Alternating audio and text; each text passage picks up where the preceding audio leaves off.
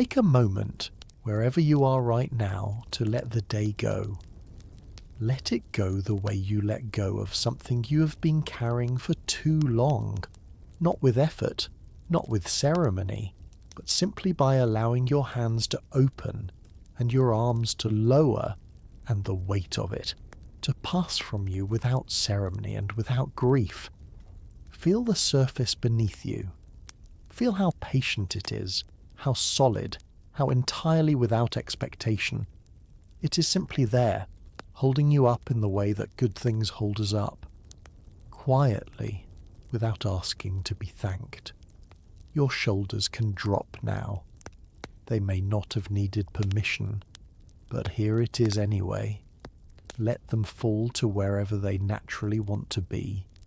Let the muscles of your face soften, all the small ones that have been doing their subtle, invisible work all day, around the eyes, across the forehead, at the corners of the jaw. Let all of that go. You don't need any of it right now.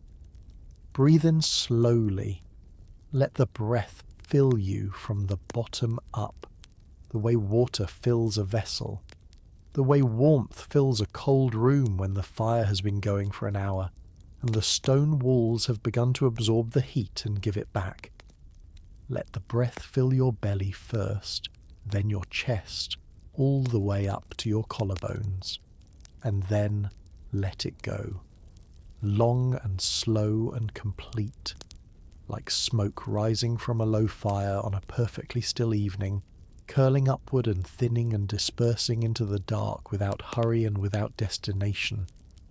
Good, exactly like that. We are going somewhere together tonight, not far in terms of effort. No effort is required from you at all, but a long way in terms of time. We are going to let this century step politely back, the way a crowd parts to let someone through, and in the space it leaves we are going to find ourselves in a world that is at once deeply familiar.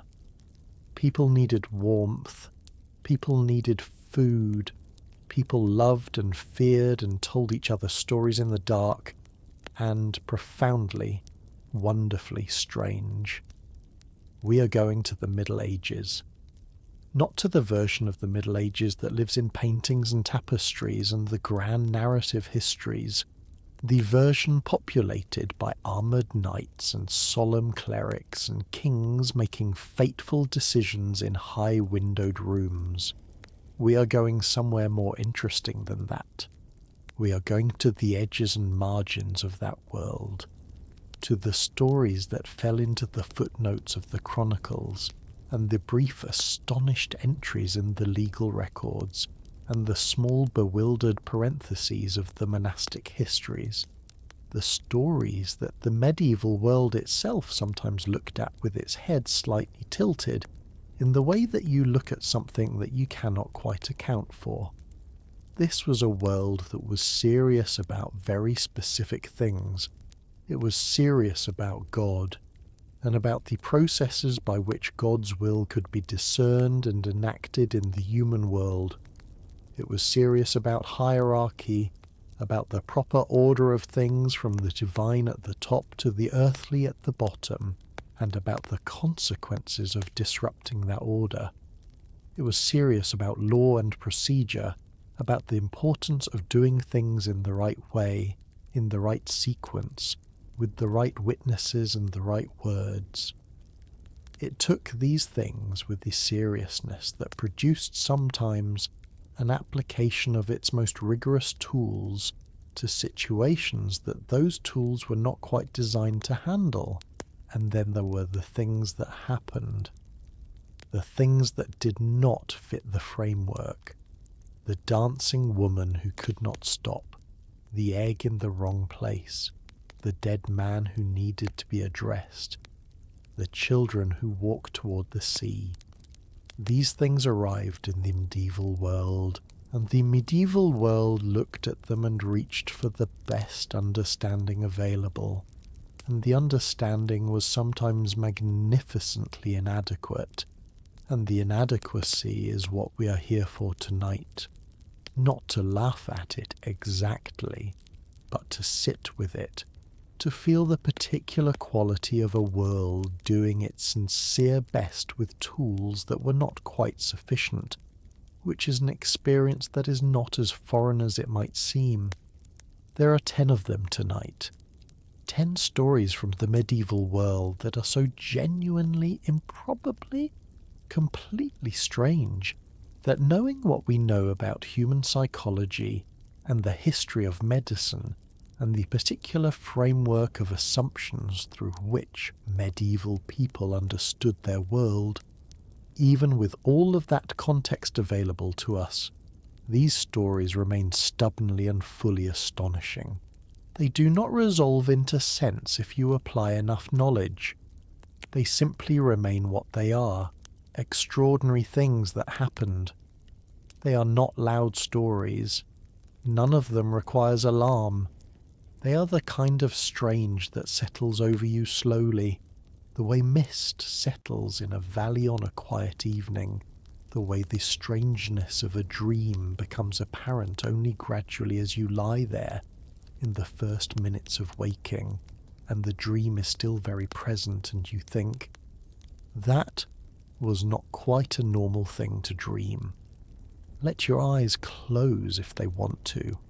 Let the weight of your body press gently down, finding its rest.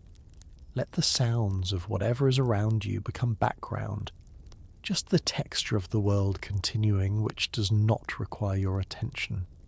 Here, then, in the dark, in the quiet, are 10 of the strangest stories the Middle Ages ever produced. The first story begins in Rome, in the very deep winter of the year 897, and it begins with a question that sounds entirely reasonable until you hold it up to the light, and then it becomes one of the most extraordinary things you have ever encountered.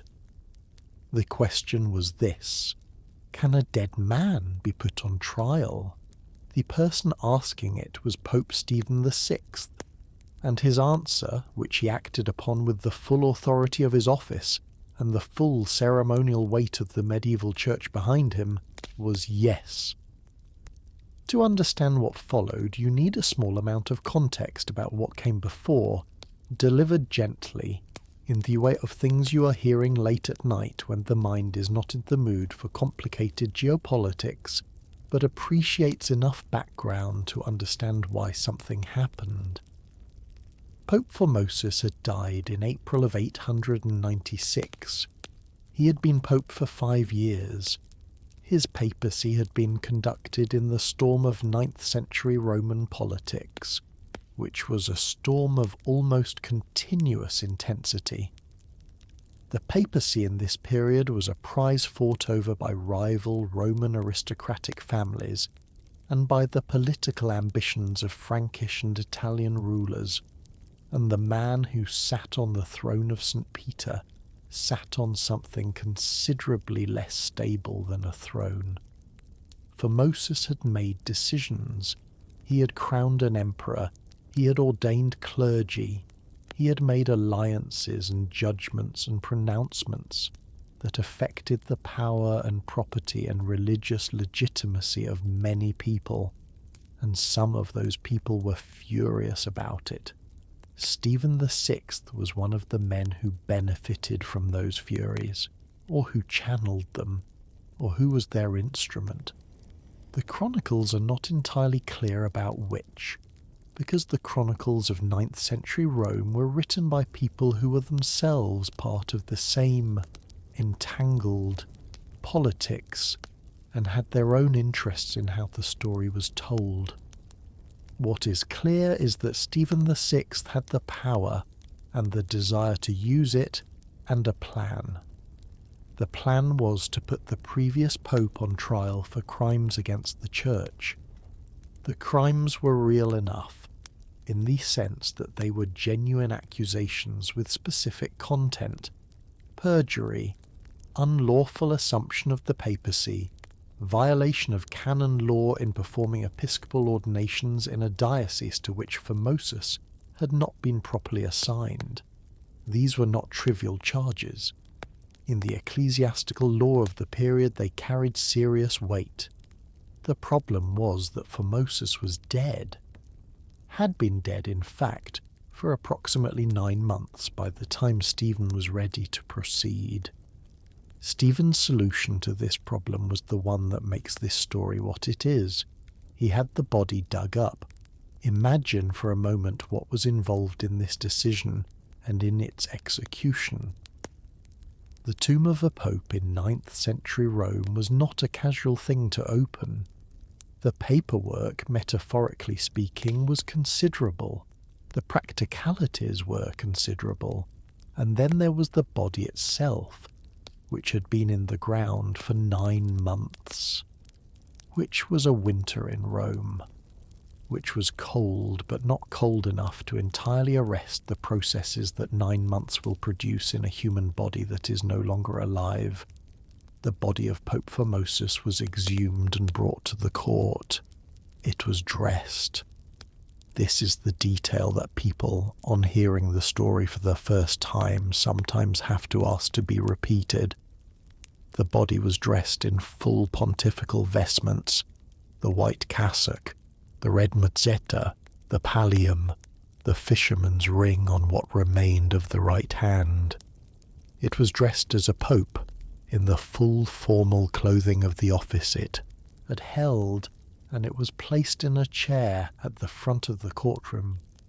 A deacon was appointed to stand beside the chair and speak on the body's behalf, to answer the charges in the voice that the body could no longer use, to provide, as best a living person could provide, the responses that the defendant was unable to give for himself. This deacon has not come down to us with a name. He is simply the deacon who stood beside the body of Pope Formosus at the Synodus Horrenda and said the things that were expected of him, and whatever he felt about this assignment.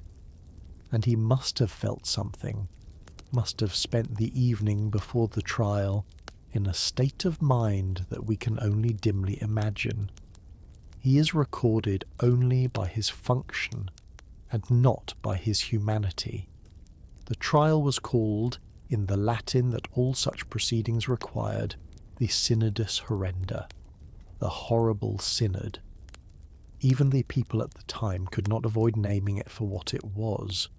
Even the people who believed in the charges, who believed that Formosus had genuinely done wrong and deserved a reckoning, even they knew, apparently, that what was happening existed somewhere outside the ordinary categories of acceptable procedure. Picture the room in which it was held. It is the Lateran Palace, a high stone building in the way of Roman buildings of this period, the stone very old and very thick and cold in January, even in the relatively mild winters of central Italy. The windows are narrow, set deep in the walls, and the light that comes through them in January is thin and grey, and not adequate for the size of the room. The torches along the walls are lit, and they cast the kind of light that torches cast, warm in colour, unsteady in quality. The shadows moving constantly in a way that makes the room feel as if it is alive, as if the walls are breathing, as if nothing in the space is quite fixed. And there, at the front of the room, in the chair where a defendant would normally sit, in the robes of an office that has been held by the greatest figures in the history of the Western Church, was the body. Stephen VI stood before it. He shouted at it. The chronicles record this with a certain careful restraint, describing the Pope's demeanour as more than usually agitated, which in the diplomatic language of chronicle writing suggests that he was, in some accounts quite explicitly, beside himself. He accused the body. He demanded answers from it. The deacon beside the chair answered in the way that the deacon answered, which is to say, inadequately, which was somewhat inevitable given that the person being questioned was not available to answer.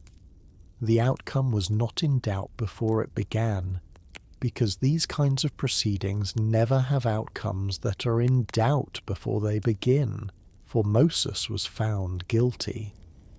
His pontifical vestments were stripped from the body with a thoroughness that the chronicles record, and that is unpleasant to think about in detail.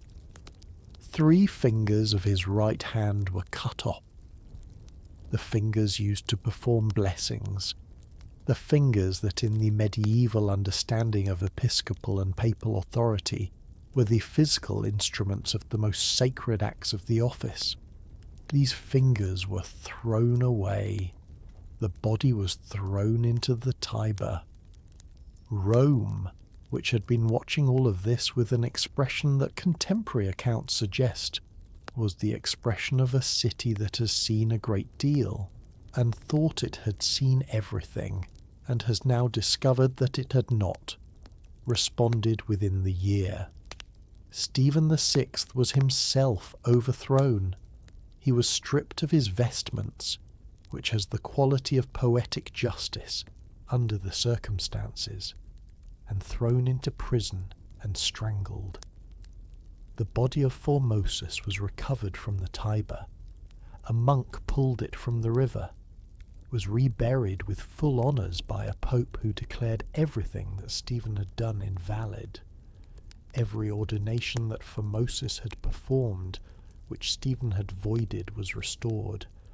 Every document, every decision, every act of the pontificate restored and valid. The Synodus Horrenda was undone, legally and ecclesiastically, as thoroughly as any proceeding has ever been undone. But you cannot undone the image. You cannot remove from the mind the picture of a room in January in Rome in 897, with torches burning and brackets along the walls, and these shadows moving, and the cold coming up through the floor, and a dead man in papal vestments sitting in a chair, while a living pope shouted at him. It is the kind of image that, once placed in the mind, simply lives there, does not demand attention but is always available, surfaces at unexpected moments, comes back to you in the way that very strange things come back, without announcement, without context, simply there. The body in the chair, the vestments, the Synodus Horrenda, which knew its own name and wore it. Let your breathing be very slow. Let the image settle wherever it settles. The cold stone room, the dancing torch shadows, the vestments, the chair, the Synodus Horrenda, which knew exactly what it was, and wore its name without flinching. There is a kind of strange courage in that, or something that looks like courage from a distance, even if up close it was something considerably more complicated. Stephen VI believed that what he was doing was right. He believed that Formosus had wronged the Church, that those wrongs had real consequences for real people, that justice required a reckoning even when the person who owed the reckoning was no longer available in the ordinary sense to provide it. He was wrong, and he was overturned, and he was strangled in his prison, and history has kept the name Synodus Horrenda precisely because it was horrible. But he was not, in his own understanding, doing something arbitrary or cruel. He was doing what he understood justice to require. That is the thing about the medieval mind, and about human minds in general, that is most worth holding on to as we move through these 10 stories. People almost never believe they are doing something wrong. They believe they are doing what is necessary, what is right, what the situation demands. The Roosters prosecutors believed they were protecting Basel. The physicians of Strasbourg believed they were providing the best available treatment. Stephen VI believed he was restoring ecclesiastical order. The belief that one is doing the right thing is available to everyone, and the availability of that belief is precisely what makes it possible for the right thing and the terrible thing to look, from the inside, indistinguishable. That is not a comfortable thought. Let it be an uncomfortable thought, briefly, and then let it go. Let it drift away in the way that uncomfortable thoughts drift when you are warm and horizontal and the night is very quiet. The second story moves forward in time to the summer of 1518, and it moves geographically to a city in Alsace that is now French, but was then part of the Holy Roman Empire. The city is Strasbourg, which in 1518 was a place of perhaps 20,000 people, a prosperous trading city on the Rhine, with guilds and churches and markets and all the organised busyness of a medieval city that has been doing well for long enough to have developed strong opinions about how things should be done. It was also, in 1518, a city under considerable pressure. The years immediately before 1518 had been hard in the region.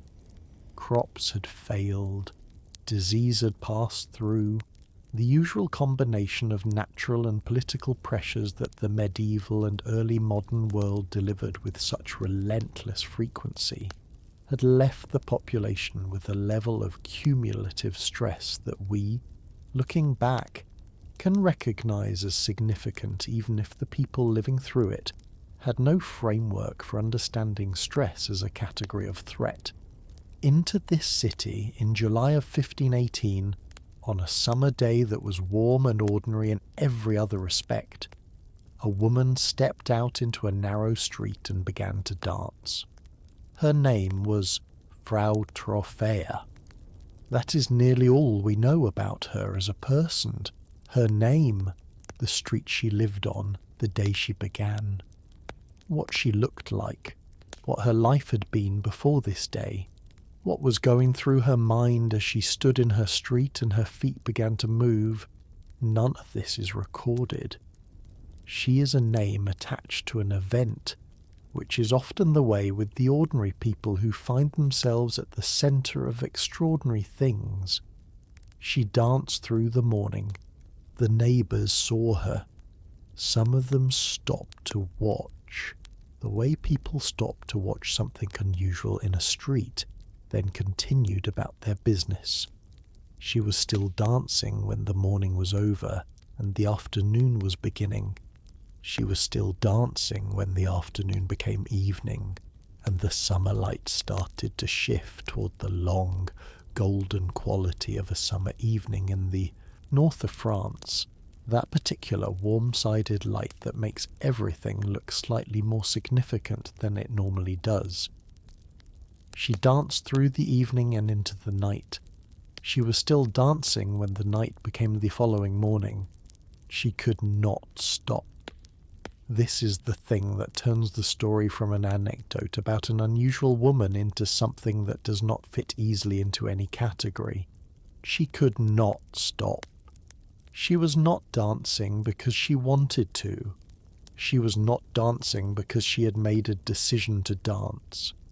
She was dancing because her body was dancing, and whatever part of a person normally governs the movement of the feet and the arms and the torso had, for Frau Trophäa, in that street, on that day, simply stopped receiving instructions from the part that makes decisions. By the second day, or the third, others had joined her, not all at once, not in a rush, but one by one, and then in small groups, other people in Strasbourg began to dance with the same quality of compulsion, the same inability to stop, the same desperate, exhausted movement of bodies that were clearly suffering, and clearly could not cease their suffering by the obvious method of sitting down. The city council of Strasbourg was called upon to respond. because a city council is what a city has for responding to things. The city council consulted the physicians. The physicians of 1518 worked within the medical understanding of 1518, which was a coherent and internally consistent understanding of how human bodies worked, even if it was in many important ways wrong. The body was governed by 4 humours: blood, phlegm, yellow bile, black bile, and illness was the result of these humours falling out of their proper balance. The treatment was to restore the balance through means that addressed the specific excess or deficiency involved. The dancing, the physicians concluded, was caused by hot blood. Too much blood of the hot activating kind, driving the body to motion it could not control. The remedy, therefore, was to provide conditions under which the hot blood could exhaust itself. Give the dancers space to dance. Give them music. Let the blood work itself out. The city of Strasbourg accordingly hired musicians. They cleared the guild hall and the grain market and several other large public spaces. They provided professional performers to play for the dancers, and they encouraged the afflicted population to gather in these spaces where the dancing could be managed and supervised rather than erupting in streets and doorways and staircases. The number of dancers grew. Within a week there were somewhere between 50 and 100. Within a month, by some accounts, several hundred people were dancing in the designated spaces of Strasbourg, many of them bleeding from their feet where the skin had been worn through by continuous movement, some of them having suffered the cardiac events and strokes and dislocations that continuous physical exertion in the heat of midsummer produces in bodies that are not resting, some of them dying. The music played, the dancing continued, the physicians adjusted their advice, and the city council tried new approaches, and nothing worked, because nothing could work, because no one in 1518 had the conceptual framework within which to understand what was actually happening. What was happening? What historians and medical researchers and social psychologists have argued about for the centuries since, producing a range of explanations that each account for some of the evidence, and none of them account for all of it, was either a mass psychogenic illness, in which the extreme social stress of a community under prolonged pressure produced a shared physical symptom that spread from person to person through a mechanism that is related to, but not identical with, ordinary physical contagion, or ergot poisoning, in which a fungus that grows on rye grain and produces compounds related to what we would now call LSD contaminated the food supply and produced the compulsive movement, or something that combines elements of both, or something else entirely that these frameworks do not quite capture. What is certain is that it stopped. In September of 1518, over the course of a few days, the dancing faded. The dancers collapsed into a profound exhaustion and were taken home. The music stopped. The hired performers packed their instruments and were paid and left. The guild hall and the grain market returned to their ordinary purposes. Strasbourg returned to being Strasbourg. Frau Trophea was taken to a shrine dedicated to Saint Vitus. Saint Vitus was the patron of dancers, and was believed in the medieval and early modern world to have the power both to send and to cure the affliction that had just consumed her city. Whether she recovered there, we do not know. Whether she ever understood what had happened to her, we cannot say. The summer 1518 closed over itself like water closing over a stone. and left behind only the records and the memory and the question, which is still a question, of what moved through Strasbourg in those months and what it meant. Breathe slowly. Let the sound of the music that was provided for the dancers drift past you, warm and slightly mournful, a sound designed to help and unable to help, well-intentioned and insufficient, which is the sound of so much human effort when the problem is larger than the understanding available. Breathe slowly. Let the sound of the music that was provided for the dancers drift past you, warm and slightly mournful, a sound designed to help and unable to help, well-intentioned and insufficient, which is the sound of so much human effort when the problem is larger than the understanding available. There is something in the dancing plague of Strasbourg that resists every explanation offered for it. Not because the explanations are stupid, but because the thing they are trying to explain is so very specifically strange that no framework sits over it perfectly. Mass psychogenic illness is real. The history of medicine documents it in many contexts, and the extreme social stress of the population in 1518 is well established.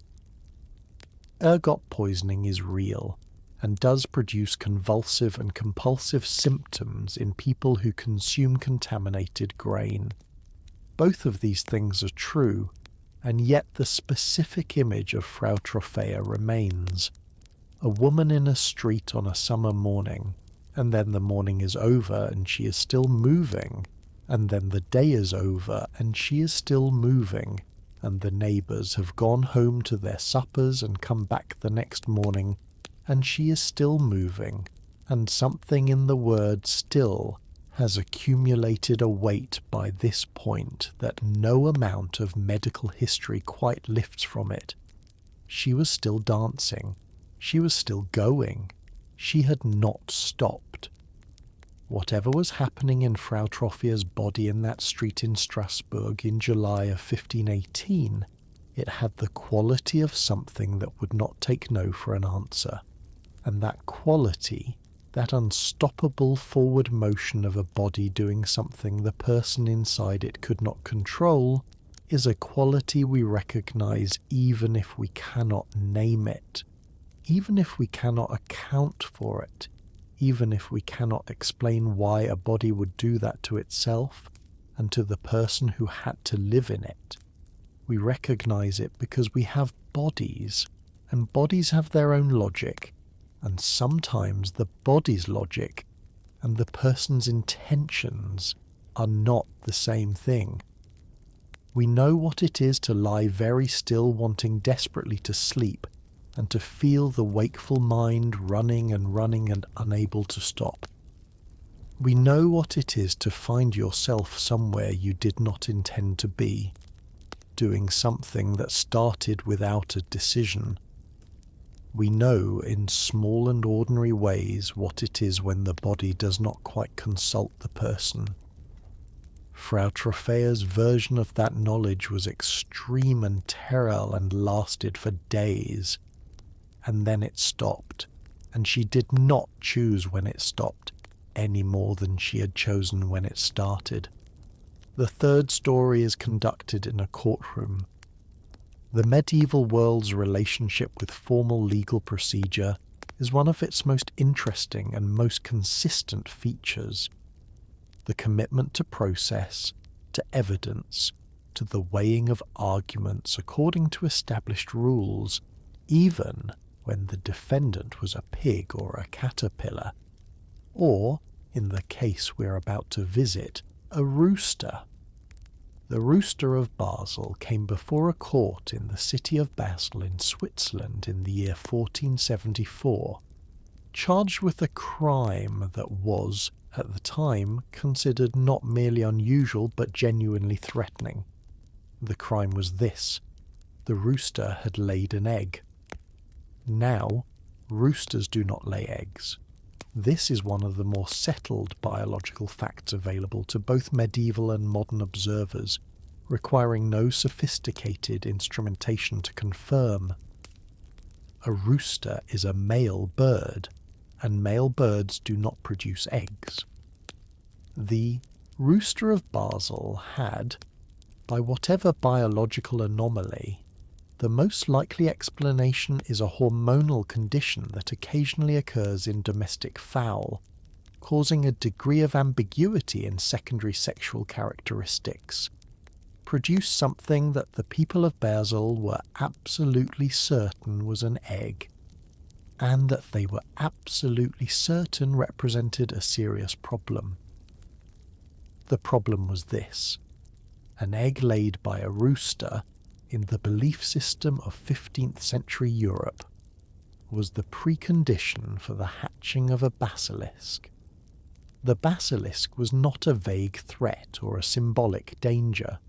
It was a specific creature described in specific terms in the medieval bestiaries, the books of animals that compiled knowledge and legend about the natural world into a single reference work. And it was the most dangerous thing that the bestiaries described. Its gaze killed, its breath shattered stone. Its mere presence was catastrophic for anything living in its vicinity. The basilisk had been written about since antiquity, and the accounts were consistent enough to constitute, in the 14th and 15th centuries, reliable information. The basilisk was real, and it was terrible, and it hatched from an egg laid by a rooster. The rooster of Basel was therefore not merely an unusual chicken. It was a potential catastrophe in incubation. Basel did what Basel did when faced with a legal problem. It assembled a court. It appointed a prosecutor because the interests of the city and its citizens needed to be represented, and it appointed because Basel was a city that took procedure seriously and understood that even genuine threats deserved a fair hearing, a defense lawyer. The defense lawyer's appointment was not ironic or perfunctory. He took the assignment seriously, prepared his arguments with care, and made a case that is genuinely worth hearing. The defense lawyer argued first that intent was a necessary component of criminal guilt under the law as it stood.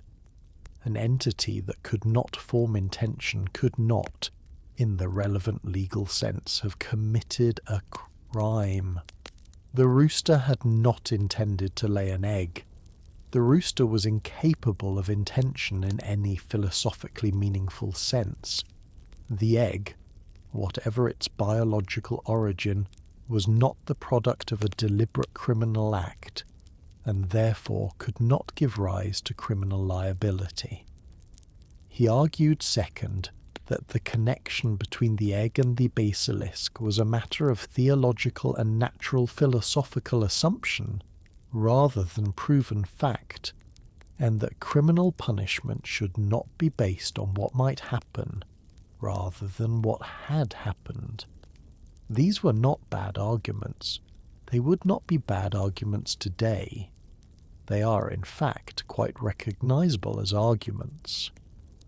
The kind of thing that a thoughtful lawyer with a difficult brief might produce in any century. The prosecutor was not moved. The prosecutor pointed out that the devil did not require the cooperation of his instruments to work through them. The prosecutor pointed out that a pig did not intend to bite a child, and yet was executed for it, because the act and its danger were real, regardless of the intention behind it. The prosecutor pointed out that the egg existed, that the danger from the egg was real and documented and theologically supported, and that the city of Basel had a duty to its citizens that outweighed any argument about the rooster's inner life. The court agreed with the prosecutor. The rooster was found guilty. The egg was produced as evidence and was also found guilty, in the sense that it was declared a danger to the community. Both the rooster and the egg were burned at the stake in the public square of Basel, with the full ceremony appropriate to a public execution, the announcement of the charge, the reading of the sentence, the assembly of citizens, the fire. No one was smiling. This is the thing to hold on to about this story, the thing that keeps it from being simply comic. No one in Basel thought this was funny. The court, the prosecutor, the defense lawyer, the executioner, the assembled citizens, all of them understood what they were doing and why. All of them believed in the framework within which a rooster could be a criminal and an egg could be a weapon, and all of them felt the relief afterward that comes from having addressed a genuine threat with the tools available. That is the medieval mind at its most itself, rigorous, procedurally serious, operating within a framework of assumptions about the world that produce conclusions we find absurd, but producing them with the same genuine care and seriousness that we hope our own institutions apply to our own problems. It is a very strange mirror. But it is a mirror. It is a very strange mirror. But it is a mirror. The city of Basel, having executed its rooster and its egg, went about its subsequent days with the particular satisfaction of a community that has identified a threat and addressed it through its proper institutions. The threat is gone. The process has been completed. The record has been made. The world has been maintained in its proper order. That satisfaction is recognizable. It is the satisfaction of any community that has applied its rules to a problem and produced an outcome, regardless of whether the outcome and the problem were quite the right fit. The satisfaction of procedure completed is real and human and available to everyone, and the medieval world was not unusual in reaching for it when things felt uncertain. We reach for it too, in our own ways, with our own procedures, applying our own frameworks to situations that our frameworks sometimes fit poorly, and feeling the completion of the process even when the outcome leaves questions unanswered. The rooster did not benefit from any of this. The rooster's experience of the entire proceeding was, presumably, the experience of an animal that did not understand what was happening to it, that did not understand why it was being held and transported and subjected to an environment that was nothing like a farmyard, that did not understand what was being said about it in the courtroom or what was going to happen to it in the square. The rooster's perspective on the trial of the rooster of Basel is simply bewilderment and then nothing. That is also in the story, quietly, at the edge of it, the bewilderment at the edge of all the procedure. The fourth story is about a man named Roland, and about the document that recorded the terms of that relationship with a specificity that has survived the centuries in a way that Roland himself has not. Roland held land in Suffolk. This was in the reign of King Henry II of England in the 12th century, a period of expanding royal administration when the detailed recording of feudal obligations was becoming more systematic and more written down than it had been in the more informal centuries before. The scribes of Henry's court were diligent.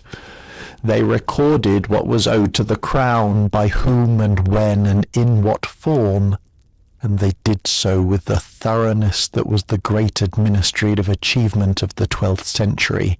And so it was recorded in the official documents of the royal court that Roland held his land by a specific tenure. The tenure was not military service, which was the most common form. It was not the payment of grain or money at the harvest, which was also common, it was a performance. Roland was required each year at Christmas at the royal court in the presence of the king to perform a jump, a whistle, and a fart simultaneously as a single integrated act. The legal term for this kind of tenure, holding land in exchange for a specific service or performance, was sergeanty, and the records of sergeanties across medieval England include some remarkable variety. Men who held land in exchange for holding the king's head while he was seasick on a channel crossing. Men who held land in exchange for providing a certain number of arrows per year. Men who held land in exchange for performing specific roles at specific ceremonial occasions. These were real obligations, legally binding, enforceable, passed from heir to heir, along with the land they encumbered. Roland's obligation in the surviving documents is described in Latin that is unambiguous: a jump, a whistle, and a fart, once per year, at Christmas before the king. The land grant is real. The obligation is real. The document exists in the historical record and has been examined by serious scholars who do not dispute its authenticity and who have, in their academic publications, been required to discuss the fart with the same scholarly apparatus they bring to all other aspects of medieval land tenure. What the historical record does not give us, what has not survived, if it was ever recorded, is the performance itself. The actual Christmas court of the reign of Henry II, in whatever hall it was held, with the king on his throne, and the assembled nobles in their places, and the servants moving through the great space with food and drink and torches, and Roland standing up to perform his annual obligation. Was there silence? Was there laughter? Did the king watch with the expression of a man who is enjoying himself, or with the expression of a man who is enduring a ritual whose origin he no longer clearly remembers? Was Roland good at it?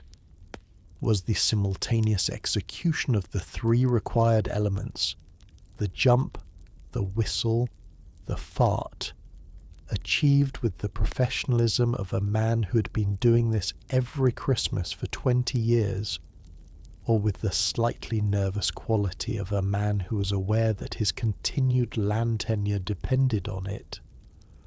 Were there years when the fart did not arrive on cue, when the Christmas performance fell short in one of its required components, and what happened in those years? Did Roland receive an extension? Did he have to come back the next day and try again? Is there a chancery record somewhere, in a box in an archive, of a legal dispute about whether a particular Christmas's fart was adequate to the terms of the grant? We do not know. The silences of history are very large, and this particular silence covers the thing we most want to hear. We know only the bare document, the king, the land, the terms, the jump, the whistle, the fart. Once a year at Christmas faithfully performed. There is something about this story that, if you let yourself sit with it for a moment in the dark, moves from amusing to something more interesting. Roland had a deal. It was a strange deal, as deals go, but he held up his end of it every year, in public, in front of the most powerful men in England, without apparent shame and with whatever dignity the situation allowed. He was paid for his performance in land, which is to say in security, in the means to feed his family and sustain his household, and participate in the social life of his community. He gave something specific and somewhat absurd in exchange for something real and necessary, and the exchange was fair by the standards of his world, and he made it without complaint. There is a category of human transaction in which we give something of ourselves in exchange for our place in the world, and the terms are not always what we would choose, and the dignity of it lies not in the terms but in the keeping of them. Roland kept his terms every Christmas for as long as he lived. That is not nothing. Let that one settle quietly. That is not nothing. Let that one settle quietly. Let it be the warm, slightly absurd, ultimately decent thing that it is. Roland, whoever he was beyond his document, performed his service. He had a deal with his king, and he held up his end of it. There is a whole category of human experience that belongs to the keeping of deals, the honouring of obligations, the faithfulness to arrangements that are sometimes strange and sometimes undignified, and sometimes conducted in front of people who are very hard to impress.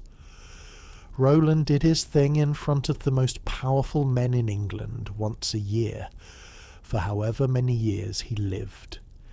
He went home afterward to his land in Suffolk, and the land was there, and it sustained his household, and the deal was, by the standards of his world and his time, a fair one. The medieval world was full of such deals. The whole system of feudal obligation was a system of deals, most of them less memorably specified than Roland's, most of them involving military service or agricultural labour, or the payment of grain and animals at specific times of year. But the principle was the same. You had something the king or the lord wanted, and the king or the lord had something you needed, and an arrangement was reached and written down and witnessed and enforced. The arrangement was often unequal and often imposed rather than freely negotiated, and the power differential between the parties was enormous and always visible. But Roland's deal was recorded. Roland's name is in the document. Roland's obligation, specific, particular, irreducibly his, has survived the centuries in a way that most of the people of his time have not. We do not know his face or his voice or anything about his life beyond the document, but we know his job, and we know he did it, and that is more than we know about most people who were alive in the 12th century in a village in Suffolk. There is a kind of immortality in the specificity of the absurd. The fifth story is the longest and, in some ways, the most difficult of the 10. It does not have the dark comedy of the rooster or the specific absurdity of Roland. It is simply strange and sad and important, and it belongs here because it is one of the most genuinely extraordinary things that the medieval world produced. Thousands of children walking. It was 1212, the summer of 1212, in France and in Germany. And before we can understand what happened, we need to understand something about the atmosphere of the time. The Crusades, the organised military expeditions to reclaim Jerusalem and the Holy Land for Christianity, had been going on for more than a century. They had produced victories and defeats and enormous suffering on all sides, and had in 1212 produced a situation in which Jerusalem was not in Christian hands, and the prospects for recovering it were not, to an honest observer, encouraging. The Fourth Crusade, which had concluded 9 years earlier, had not even reached the Holy Land. It had, famously and disastrously, ended with the sack of Constantinople, a Christian city, by the crusading army. The whole enterprise was under a cloud of failure and moral confusion. Into this atmosphere, in France, in the spring and summer of 1212, a boy began to preach. His name was Stephen, and he was from a village called Cloix-sur-le-Loir, and he was perhaps 12 years old, perhaps a little older. He said he had a letter from Jesus Christ, delivered to him personally, with instructions. The instructions were to lead a crusade. not the kind of crusade that had been failing for 100 years, led by armed knights and professional soldiers who were burdened by the weight of their sins and their political motivations and their very human limitations. A different crusade, a pure crusade, the crusade of children who were innocent in a way that adults were not, whose faith was uncomplicated by the corruptions of experience, whose approach to God was direct and unmediated. God, Stephen said, would part the sea for them, as God had parted the Red Sea for Moses. They would walk to the Holy Land on dry ground, and they would take it back not by force but by faith, and no sword would be needed. The response was immediate and vast. Children gathered. Not only children, adults joined too, the poor and the dispossessed and the people who had nothing in the world they were currently living in, and who recognized in Stephen's message the possibility, however unlikely, of something better.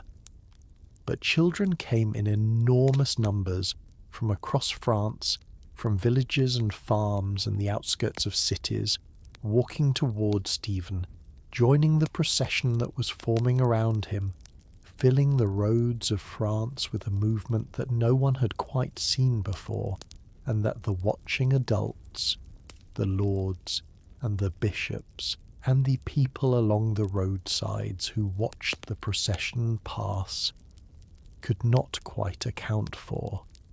Contemporary estimates of the numbers range from a few thousand to 30,000, which is the kind of range that tells you the chroniclers were guessing, because no one counted. What is certain is that it was many children, many thousands, moving south through France in the summer heat, singing hymns, carrying crosses made from sticks and cloth, sustained by the conviction that God was going to do something extraordinary for them when they reached the sea. They walked through the summer. The road south from the Loire toward Marseille is several hundred miles, and they walked all of it, the way that people who have no horses and no carts, and nothing but their feet and their conviction, walk long distances, slowly, painfully, one foot in front of the other, the pace of the weakest member, the days accumulating into weeks.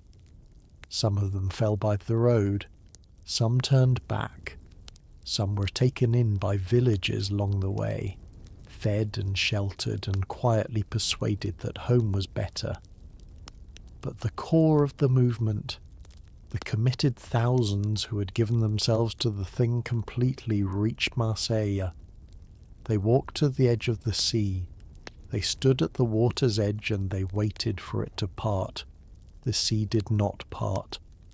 The Mediterranean, which is not noted in any historical or theological source as having parted for children in 1212, remained the Mediterranean, flat and bright and entirely crossable only by ship.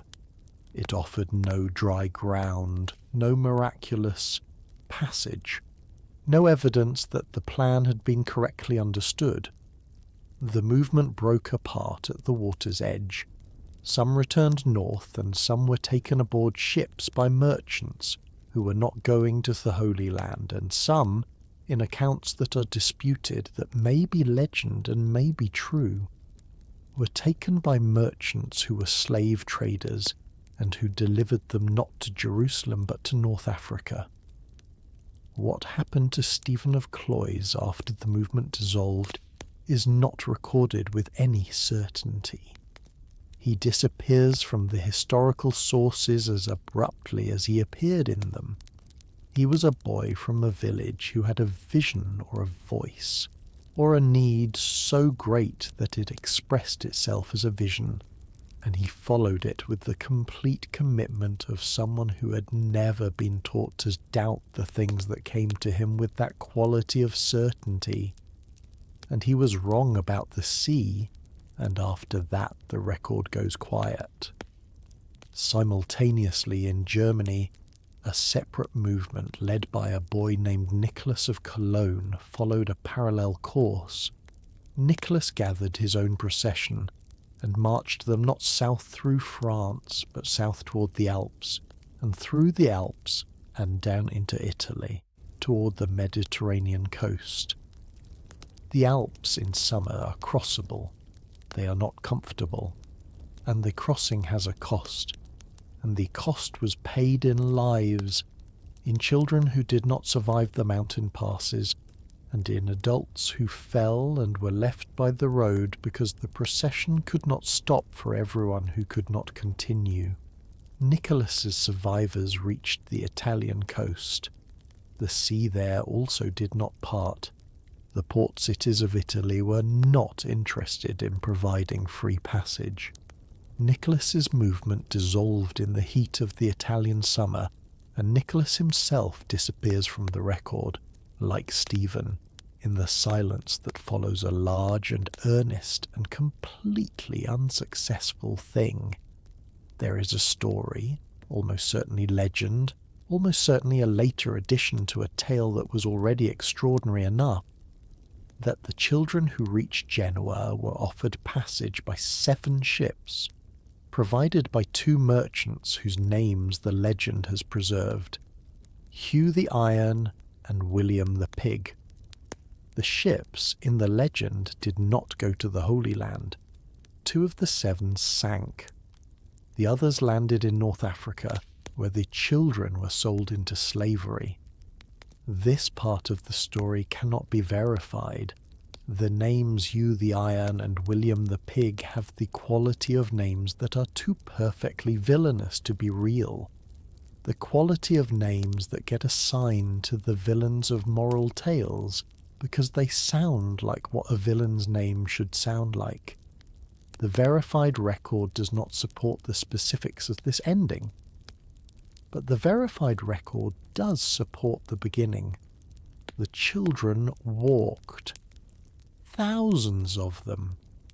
In the summer of 1212, the roads of France and Germany and Italy carried the sound of children singing hymns and the sight of children carrying crosses, moving toward a sea they believed was going to open for them, sustained by a faith that was genuine and total, and entirely helplessly wrong about the immediate future. It is the genuineness of it that makes it so difficult to sit with. The complete, undefended faith of thousands of children who had been told that God would help them if they trusted completely, and who trusted completely, and for whom God did not help, and who had to turn around and walk home, or who did not turn around and walk home because there was something worse waiting for them at the water's edge. Let your breathing be very gentle. Let the image of the roads and the children and the sea that did not part settle wherever it settles. Let your breathing be very gentle. Let the image of the roads and the children and the sea that did not part settle wherever it settles. And then let the image go, the way all things must be let go eventually, the way the children on the road let go of the vision when the sea showed them only itself, flat and blue and permanent and unchanged. There is a footnote to this story that the chroniclers did not write, but that is nonetheless true. Most of the children who went home went home. They walked back along the roads they had walked down, through the same towns and villages, past the same hedges and the same wells, back to the families who had watched them leave and waited for them to return. Most of them arrived. Most of them went back to being the children they had been before Stephen's preaching reached them, in the way that children go back to being children when the extraordinary thing is over, because children are more resilient than adults in the matter of enormous disappointments, because they are still close to the animal knowledge that life continues, and the next thing is coming and there is no permanent state of anything. The road home was also real. The children who made it home walked it, one foot in front of the other, the same feet that had carried them toward the sea, now carrying them back. And the fields they walked through in September were not the same fields they had walked through in July, because September is not July and the fields know it. The harvest was happening, or had happened. The grain was in, or nearly in. The land was doing its September business of preparing itself for winter. The birds in the edges were the birds of early autumn rather than the birds of summer, and the children walking back through it were, without knowing they were, walking back into the ordinary world. That ordinary world received them, not perfectly, not without the grief and confusion of what they had done and what had not happened, but it received them, because ordinary worlds always receive the people who come back to them, which is one of the most quiet and reliable facts about ordinary worlds. The sixth story is conducted in the cold corridors of philosophical curiosity and the warm certainty of absolute power, which is a dangerous combination, and which in the hands of Frederick II, Holy Roman Emperor and one of the most extraordinary figures of the 13th century, produced one of the most terrible experiments in medieval history. Frederick II spoke 6 languages. He had been raised partly at the cosmopolitan court of Sicily, where Christian and Muslim and Jewish scholars and artists lived and worked in proximity that was unusual for the period, and the result was an intellectual curiosity that was wider than most rulers of his time, and a willingness to ask questions that most rulers would not have considered worth asking. He kept a menagerie, a collection of exotic animals that travelled with his court, including a polar bear and a giraffe, and trained cheetahs for hunting and animals from Africa and Asia that no one in his court had ever seen before, as a statement of his reach and his curiosity and his absolute refusal to accept conventional limits on what a Holy Roman Emperor might interest himself in. He was also ruthless in a way that was not unusual for a medieval ruler, but that found expression in him in specific and sometimes terrible ways. Frederick wanted to know what language human beings would speak if no language was taught to them. The question was not frivolous. It sat at the intersection of theology, philosophy, and the particular medieval intellectual obsession with origins, with finding the point before all the corrupting additions of human history, the pure original state of things before the fall, before the proliferation of cultures and languages and the confusion of Babel. If you could find the original language, the language that God had given to Adam in the garden, you would have found something essential and primordial about human nature. You would have answered a question about what human beings were before they became what the centuries had made them. His method of finding out was to take infants and raise them in silence.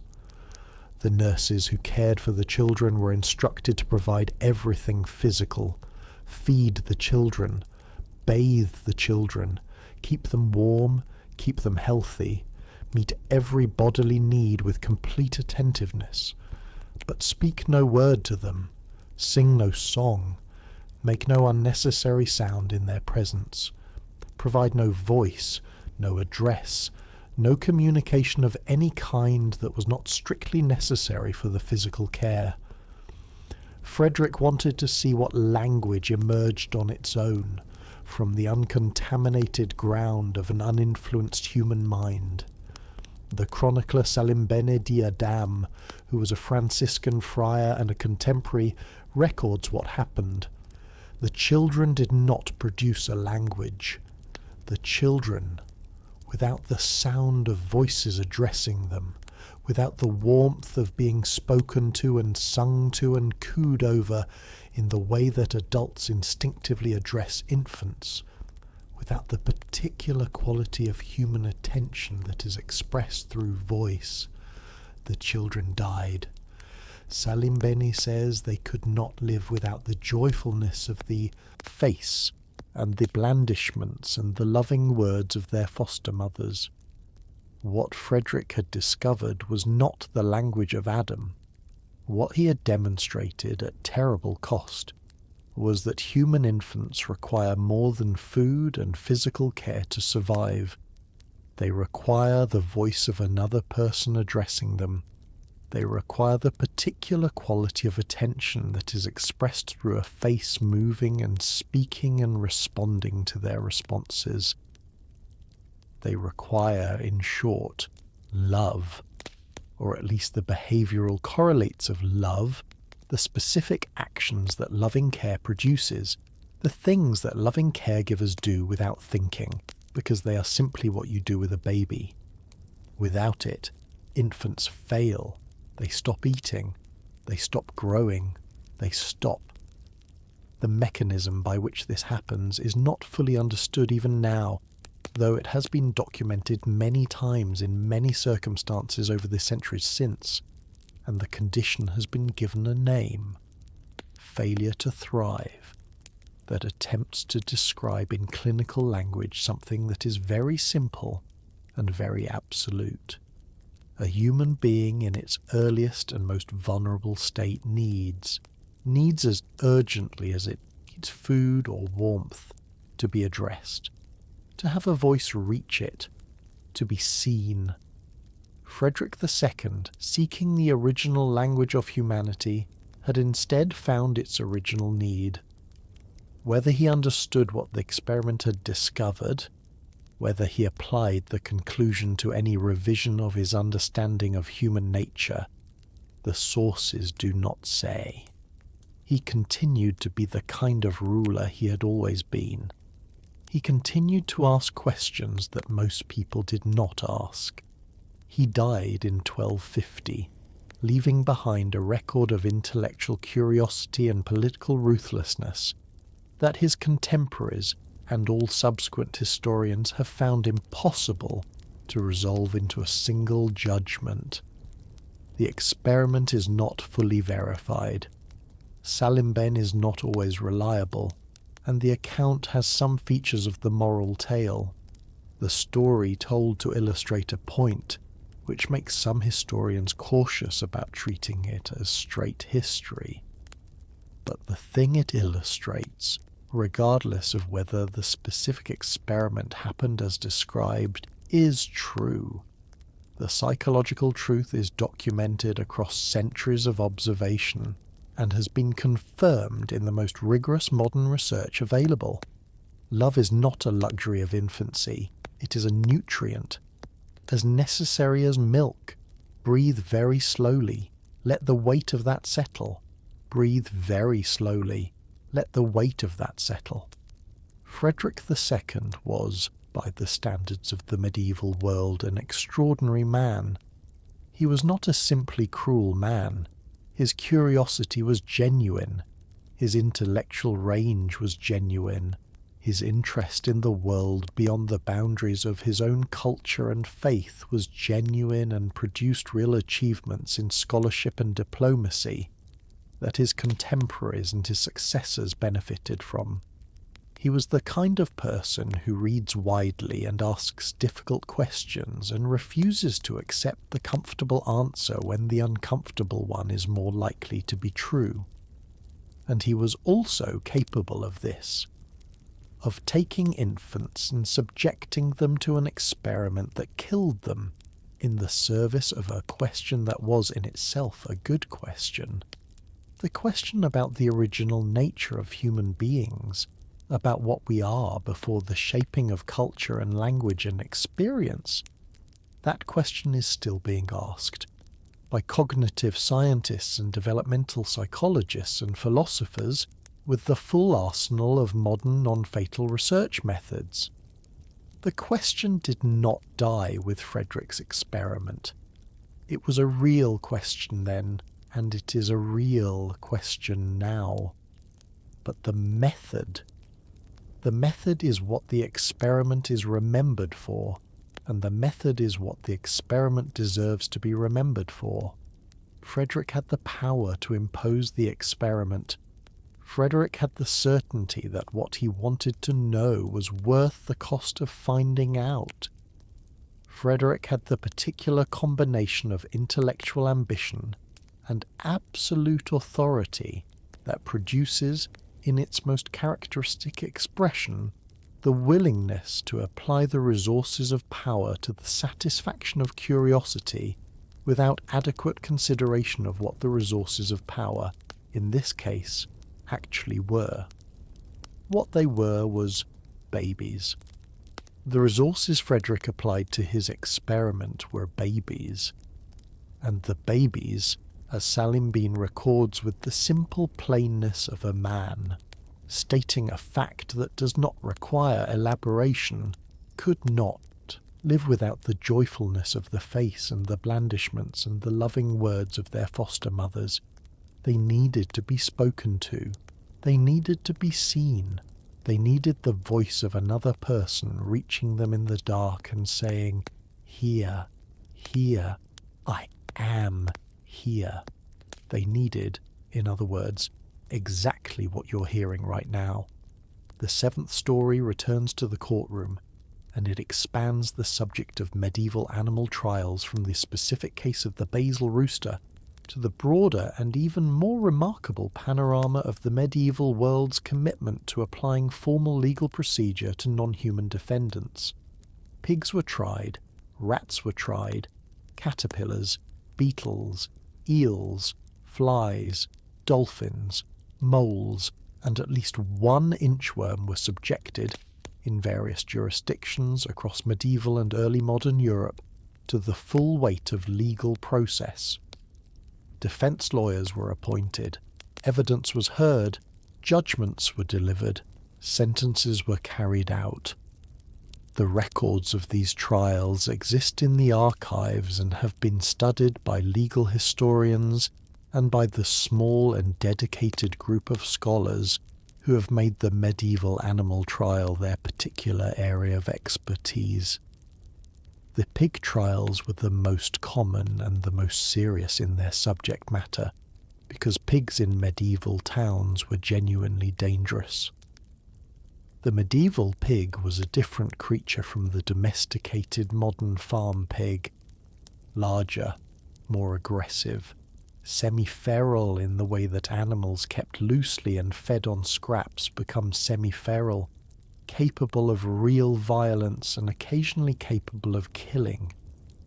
Records of pigs attacking children are not rare in medieval municipal documents, and when such an attack resulted in a death, the community's response in many parts of France and Germany and the Low Countries was to put the pig on trial for its life.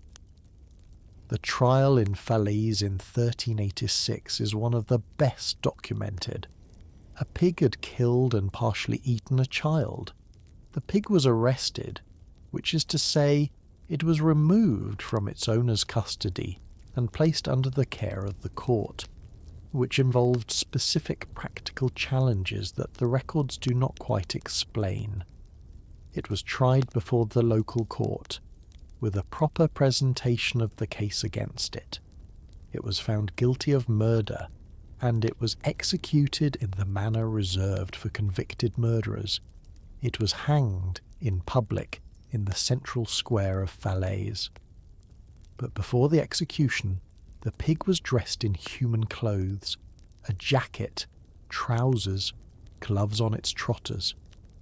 The executioner who performed the sentence was paid at the standard rate for a human execution, not at any lesser rate that might have been appropriate for the execution of an animal.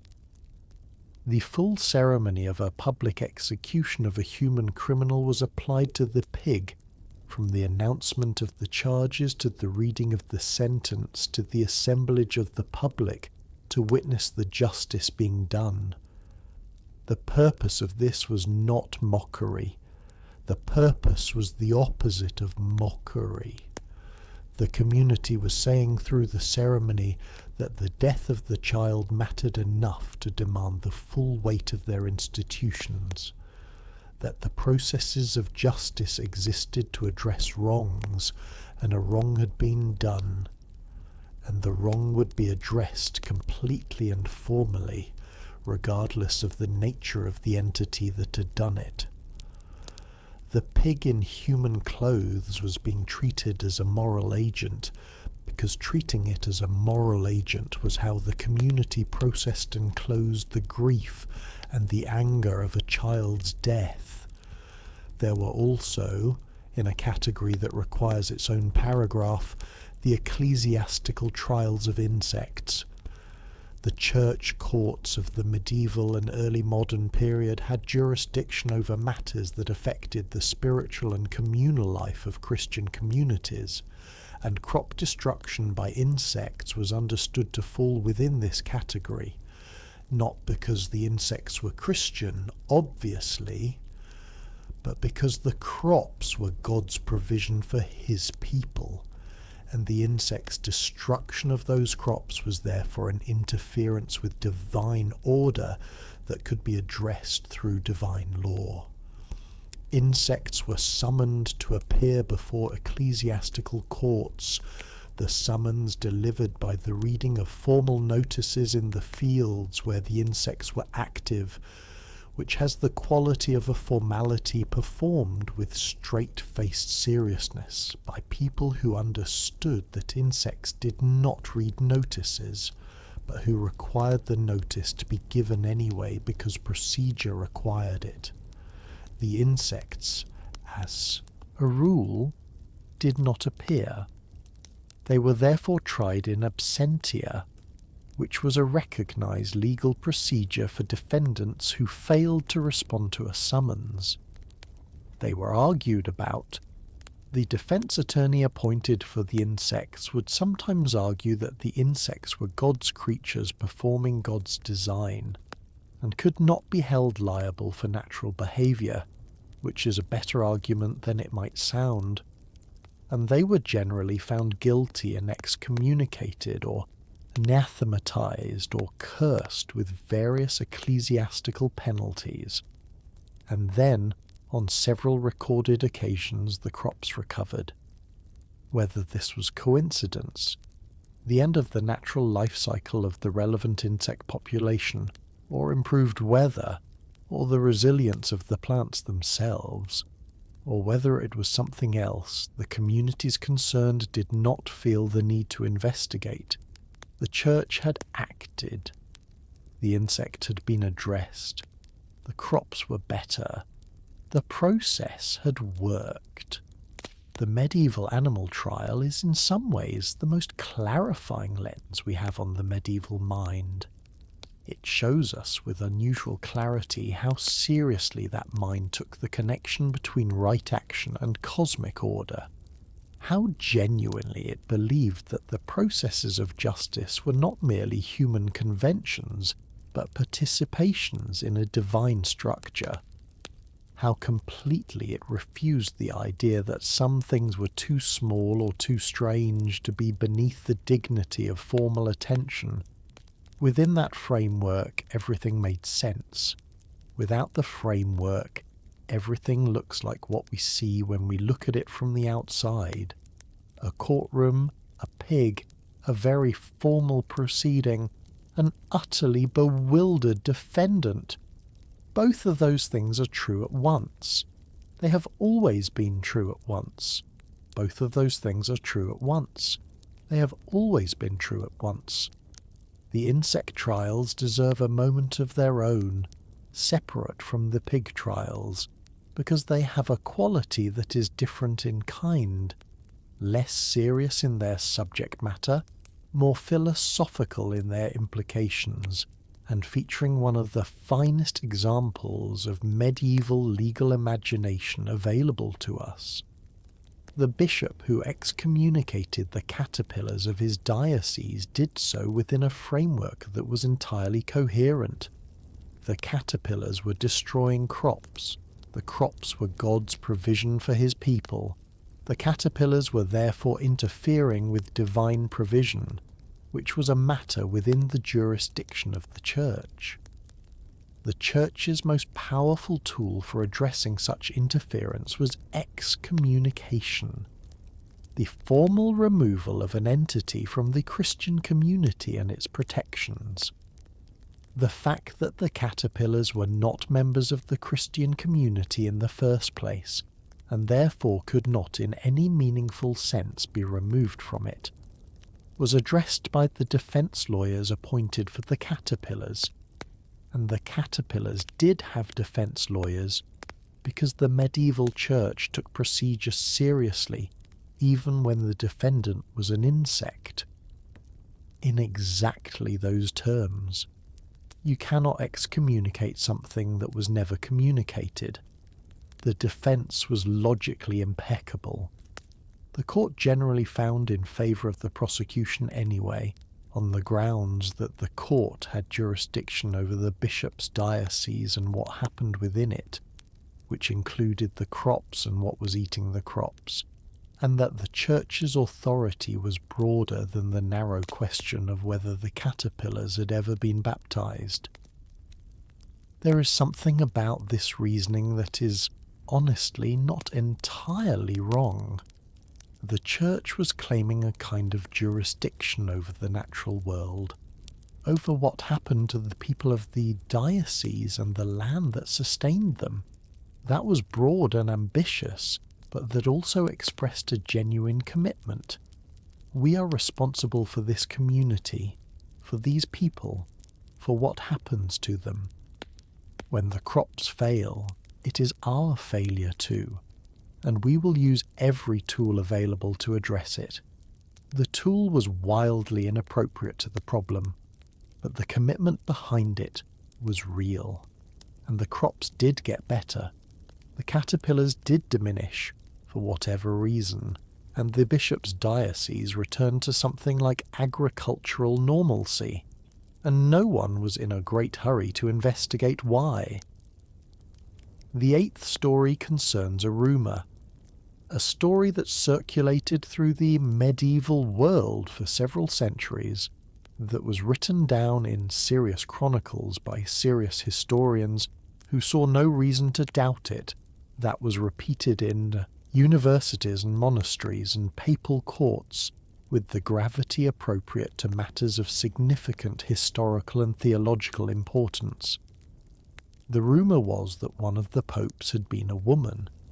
The story of Pope Joan, as she was later called, exists in many versions, the details shifting across the centuries of its telling, in the way that all stories shift when they are passed from mouth to mouth and pen to pen across long periods of time. But the core is consistent enough to summarize. Somewhere in the 9th century, the specific dates vary from one version to the next by several decades, which is the kind of variation that makes historians suspect the dates were assigned after the fact, rather than recorded at the time. A woman of remarkable intelligence and education disguised herself as a man and entered the world of the church. In some versions she was from England. In some versions she was from Germany or Greece or somewhere else entirely, the geographical origin changing in ways that suggest it was never firmly established, and was supplied by each storyteller from their sense of where extraordinary women came from. She was, in every version, brilliant. She was learned in a way that surpassed the ordinary measure of her time, in philosophy, in theology, in the languages of scholarship, in the specific texture of argument and counter-argument that constituted advanced intellectual life in the medieval church. She went to Athens in some versions, and studied there among the greatest scholars of the Eastern Church. She went to Rome. She rose through the ecclesiastical hierarchy by the force of her learning, taking on roles that brought her closer and closer to the centre of the Church's power and no one suspected. And then she was elected Pope. She served, in the various accounts, for somewhere between 2 and 3 years. She governed the Church from Rome. She issued decisions on theological and administrative matters. She received the homage of the bishops of the Church and the princes of the lay world. And still, for those years, no one suspected. And then the truth declared itself in the most public way imaginable. During a papal procession through the streets of Rome, the full ceremony of a public papal appearance, with the Pope surrounded by the clergy and the crowds of the city lining the route, Pope Joan went into labour and gave birth in the street. The accounts differ on what happened immediately afterward. In some versions she died in childbirth. In some versions she was killed by the outraged crowd. In some versions she was imprisoned. In some versions she simply disappears from the narrative, her fate unspecified, as if the story does not quite know what to do with her after the revelation. The story was widely believed in the medieval period. It was included in chronicles of the popes written by serious historians who listed Joan among the successors of Peter with the same matter-of-fact tone they used for everyone else. For a period, certain aspects of the ritual surrounding papal elections were understood by observers as precautions against the recurrence of what had happened before. Physical verifications, chairs with holes in the seat, ceremonies whose purpose was explained by reference to the Joan legend. Most historians today consider the story of Pope Joan to be a legend rather than a history. The sources for it begin in the 13th century, which is several centuries after the events it describes, and the absence of any earlier record is difficult to explain if the events actually occurred. The physical ceremonies associated with the legend are disputed. Some historians say they existed and were explained by the Joan story. Others say they did not exist in the form described. Others say the Joan story was invented to explain ceremonies that already existed for other reasons. But the legend itself is worth sitting with for a moment in the dark. The medieval church was an institution that excluded women from its highest offices with a completeness that was both systematic and absolute. Women could not be priests, could not be bishops, could not be pope, could not, by the definitions and hierarchies of the medieval church, occupy the positions from which the most important decisions about the spiritual life of Europe were made.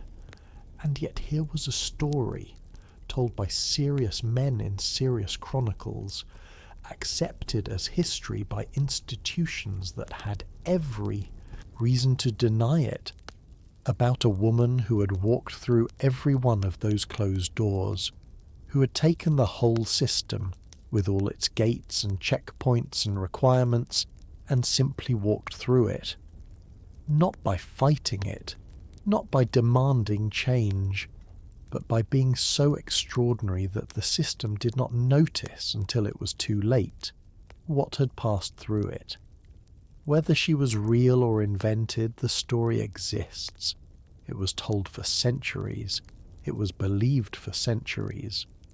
The fact that medieval people told this story and believed it and repeated it with gravity rather than dismissal says something about what they thought was possible, about what they thought the world might contain, about the width of their imagination, even in a world that worked very hard to make that imagination unnecessary. There is something in that worth noticing, even at this distance, even in the quiet of the night. There is something in that worth noticing, even at this distance, even in the quiet of the night. The story of Pope Joan is, among other things, a story about what happens when imagination exceeds the institutional limits of the world that contains it. The institution of the medieval church said, "Not possible." The imagination of the people who told and retold the story of Pope Joan said, and yet imagine, and yet what if? And yet there was a woman, and she walked through every closed door, and she arrived at the place that the closed doors were meant to keep her from, and she was there, and the institution did not notice until it was too late. Whether Joan was real or invented, the imagining of her was real. The people who told her story were real. The centuries of repetition were real. And what the repetition shows is that the medieval mind, for all its apparently absolute commitments to hierarchy and exclusion, and the rightness of the existing order, was also capable of imagining exceptions, was also capable of entertaining the idea that the exceptions might already have occurred, might already be in the historical record, might already have happened in the space between what the institution said was possible and what a very extraordinary person was capable of. That is worth something. That the imagination was larger than the institution. That it always is. Let the image of the closed doors and the person who walked through them settle gently into the dark. The 9th story begins with a smell. Specifically, it begins with the smell of several tons of salted herring, packed into barrels, loaded onto wagons, and moving along the roads of northern France in the February of 1429. This was not a glamorous convoy. Salted herring was not a glamorous provision. It was the ration of armies in winter, of monasteries on fast days, of the poor on every other day, cheap, preserved, dense with the protein and fat that a body working in the cold requires, and smelling, particularly after some days in barrel, very much like what it was. The convoy was English. The English army had been besieging the French city of Orleans for 4 months, and the garrison inside the city and the army outside it, and the French forces attempting to relieve the siege all needed to eat. And eating in February in the Loire Valley in 1429 meant, for a significant proportion of the participants, salted herring.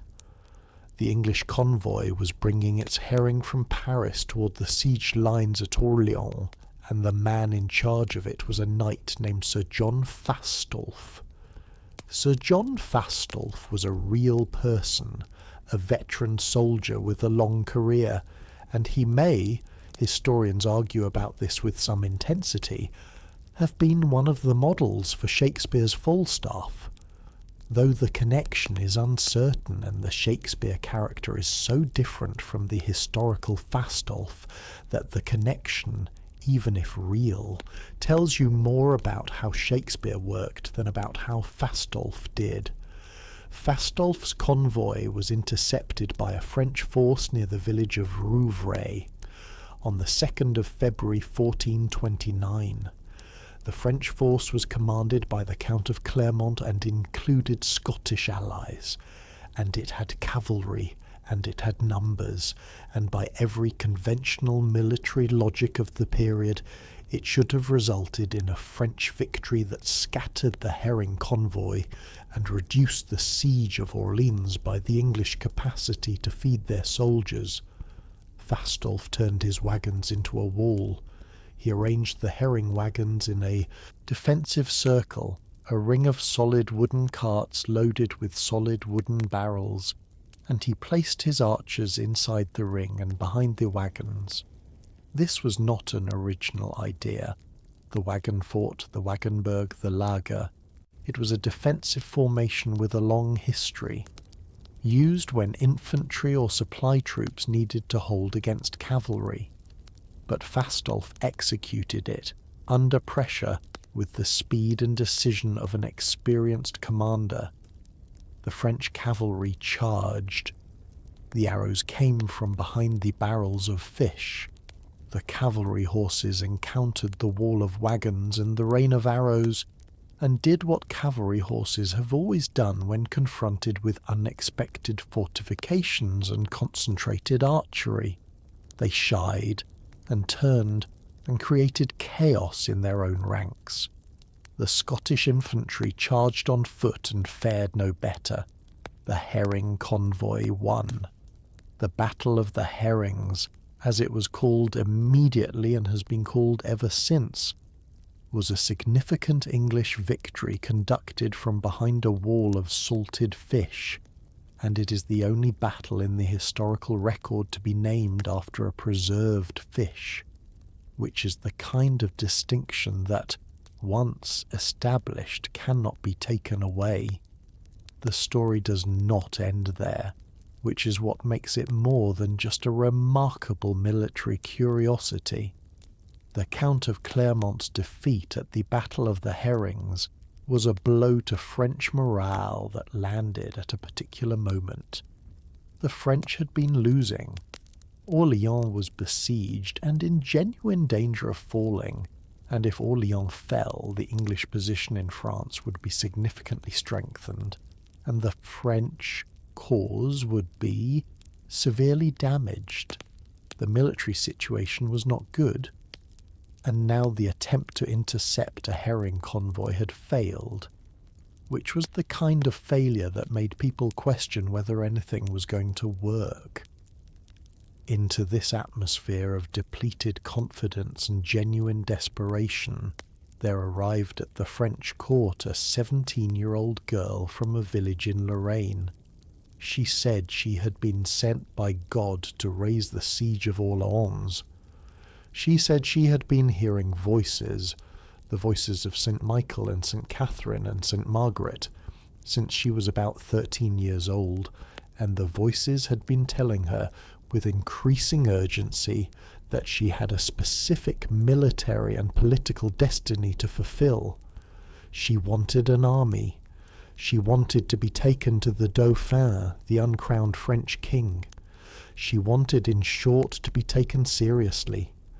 Under normal circumstances, a 17-year-old peasant girl requesting an army and an audience with the Dauphin would have been gently redirected back toward her village. But the circumstances were not normal. The herring convoy had been defeated by a wall of fish. The siege of Orléans was continuing. Someone at the court, in the particular desperation of that particular moment, decided to hear her out. Her name was Joan of Arc. She was given armour and a horse and a standard and troops, and she went to Orleans. And what happened at Orleans changed the course of the 100 Years' War, and has been argued about by historians for nearly 600 years. The herring convoy, moving along the road from Paris in February of 1429, smelling of brine and fish, and the particular smell of a practical provision in a practical war, contributed to the conditions that created one of the most famous careers in the history of Europe. The line of causation is oblique and cannot be drawn straight. The Battle of the Herrings did not cause Joan of Arc, did not produce her, did not summon her from her village, but it helped create the moment of desperation in which she was finally heard, finally taken seriously, finally given what she was asking for. History is full of these oblique lines. Pull on one thread and something very far away shifts. The herring moves and the course of France changes. The herring convoy, moving along the road from Paris in February of 1429, smelling of brine and fish and the particular smell of a practical provision in a practical war, contributed to the conditions that created one of the most famous careers in the history of Europe. The line of causation is oblique and cannot be drawn straight. The Battle of the Herrings did not cause Joan of Arc, did not produce her, did not summon her from her village, but it helped create the moment of desperation in which she was finally heard, finally taken seriously, finally given what she was asking for. History is full of these oblique lines. Pull on one thread, and something very far away shifts. The herring moves, and the course of France changes. Think for a moment about the convoy itself before the battle. The men walking beside the wagons, the horses pulling the weight of the barrels, the smell of the brine following them along the road like a faithful and pungent companion. They were not thinking about the course of France. They were thinking about the cold and the miles and whether the road ahead was better or worse than the road behind, and when they might next eat something that was not a variant of the salted fish they were transporting. They were doing their job, which was to move a supply convoy from one place to another, and the significance of what they were doing, the way their herring would contribute at several removes to the emergence of one of the most extraordinary figures of the century, was entirely invisible to them. Most of history's significance is invisible to the people making it. This is one of the things that makes history simultaneously humbling and comforting. Comforting because it means that the ordinary things we do in our ordinary days may be contributing, at removes and through connections we cannot see, to things that matter in ways we will never know. Humbling because it means that the significance of any moment is not available to the people in the moment, only to the people who come long afterward and have the luxury of seeing the whole shape of things. The convoy drivers knew they had been in a battle and won it. They knew their herrings were intact and their lives were intact, and that was the immediate shape of the day's significance.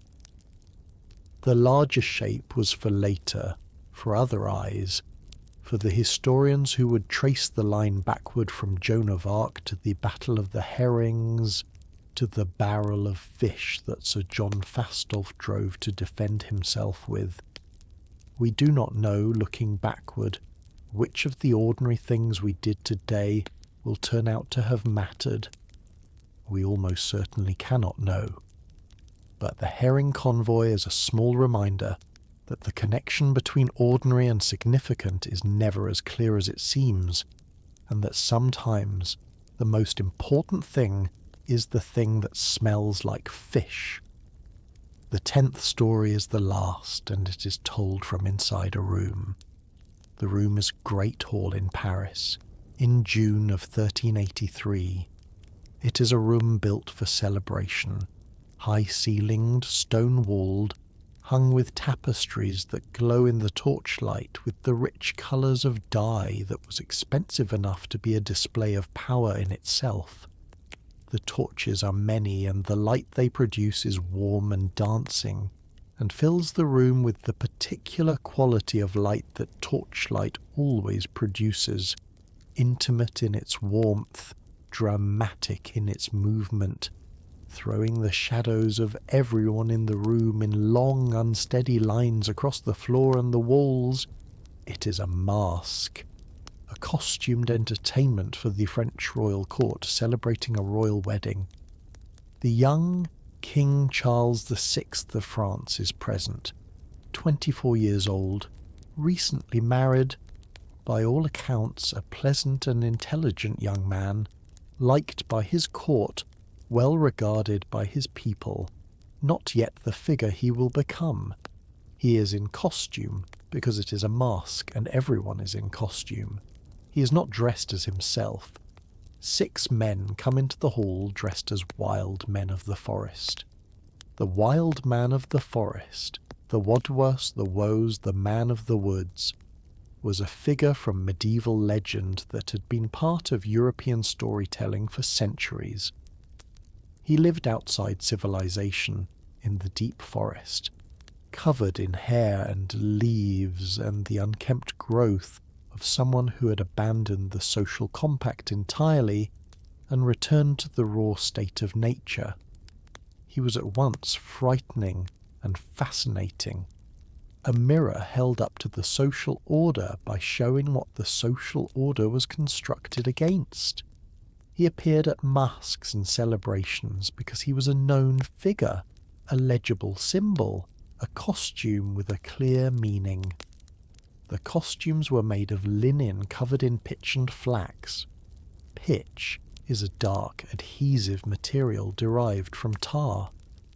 Flax is a fibrous plant material that, when attached to pitch and allowed to dry, produces a surface that resembles the matted growth of hair and leaves associated with the wild man of legend. The costumes were effective. The 6 men in their pitch and flax suits moved through the torch-lit hall in a convincing, enough approximation of the wild men of the stories, chained together in a line, performing their role in the evening's entertainment for the assembled court. Someone moved too close with the torch. The pitch and the flax that made the costumes look like wild growth shared with genuine wild growth the property of extreme flammability. Fire, encountering pitch and flax, does not hesitate. It takes, it spreads. It moves faster than the people wearing the material can react, faster than the people watching can respond, faster than the specific chain of events from observation to decision to action that the human body requires before it can intervene in a situation. 4 of the 6 men died. They burned in the middle of a room full of people at a royal celebration, surrounded by the court of France in their finest clothes and their most festive spirits, and the evening that had been a celebration became a catastrophe in the space of seconds. 1 man survived by finding a wine barrel and immersing himself in it.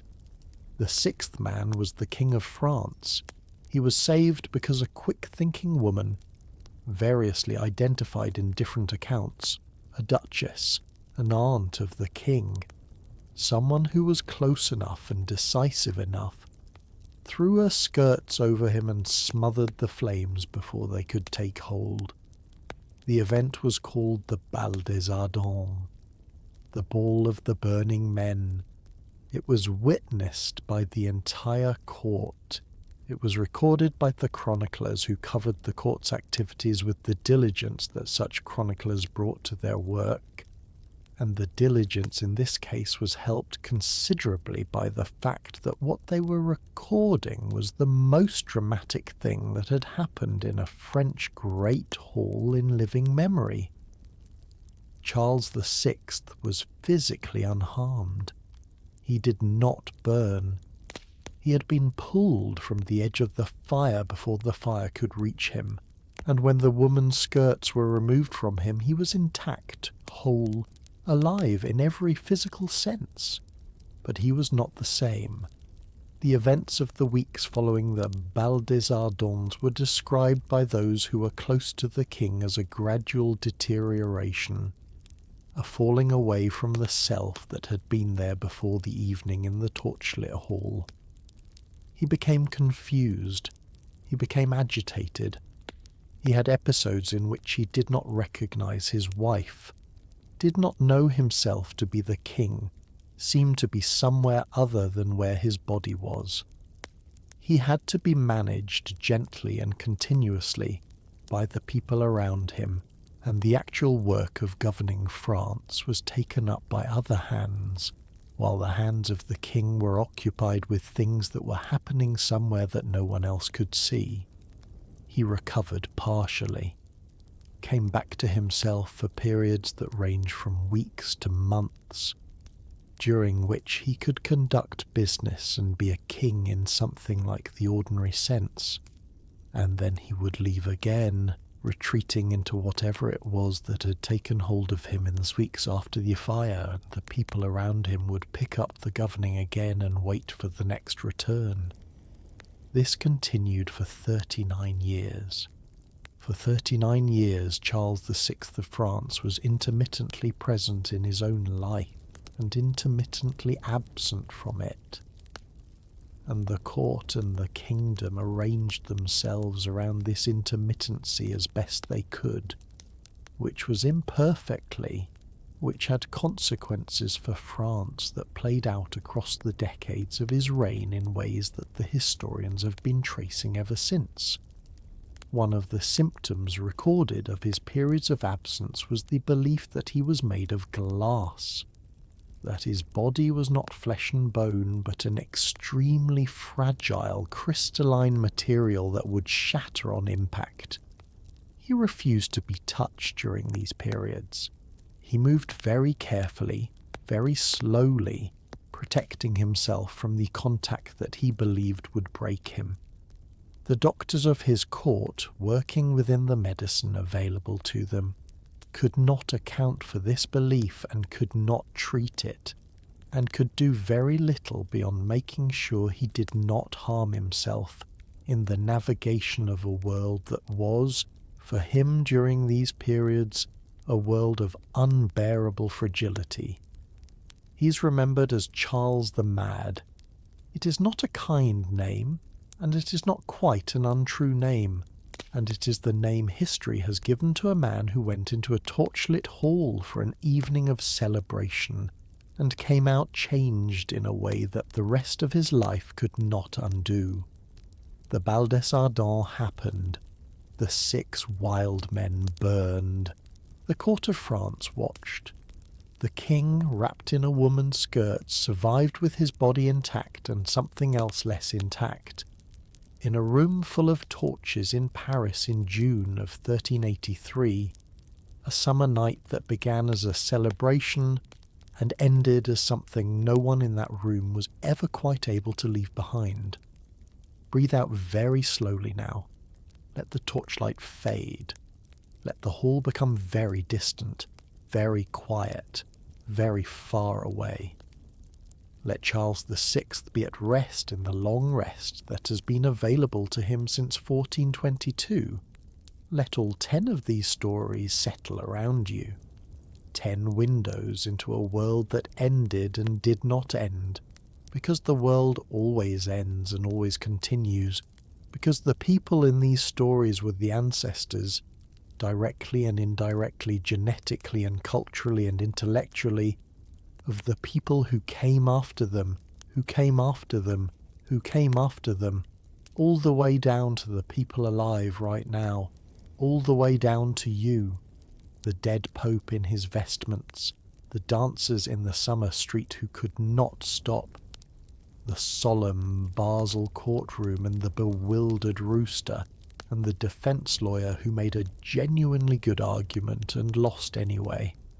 Roland and his Christmas duty performed faithfully year after year in front of the king, the thousands of children on the roads of France singing and walking toward a sea that would not part, the emperor and his terrible silence, and the thing it discovered at terrible cost, the pig in its jacket and trousers, the caterpillars summoned to court by a notice read aloud in an empty field, the woman who may or may not have been Pope, whose story was told for centuries by people who had every reason not to tell it, the herring convoy and the arrows and the thread of causation that ran from a wall of fish to the Maid of Orleans, the torchlit hall and the 6 wild men and the king who came out changed and stayed changed for the rest of his long, difficult, intermittent life.